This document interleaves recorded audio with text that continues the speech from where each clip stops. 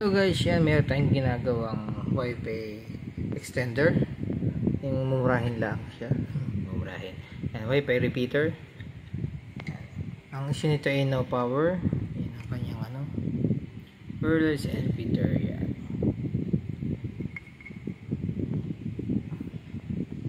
Siya shorted ang diode niya. Ayun ang gumana nito kanyang power supply. Kaya pinalitan na natin ng charger. 5 volts siya. Ito yung charger natin. Ayun. Pinapitan natin sa 220. Kailangan nyo lang tatandaan para malaman kung 220 yung may nakalagay na L, Z, at saka yan, N, Z. Tapos yung sa DC naman, AC ang 220 at ang DC ay yan, B positive, B negative.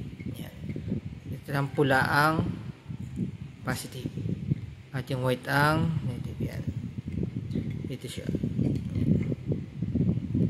LCX ZZ G300 001 to L. Yan, nag no power siya kaya pinalitan na natin ng charger.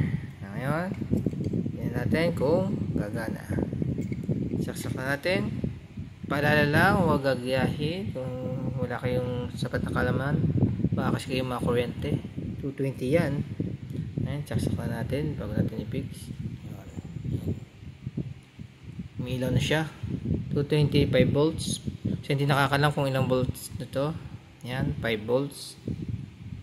Charger lang ang kinuha natin. Ito yung kanyang original. Ayan, ipipix ko na lang para matest na kung okay siya.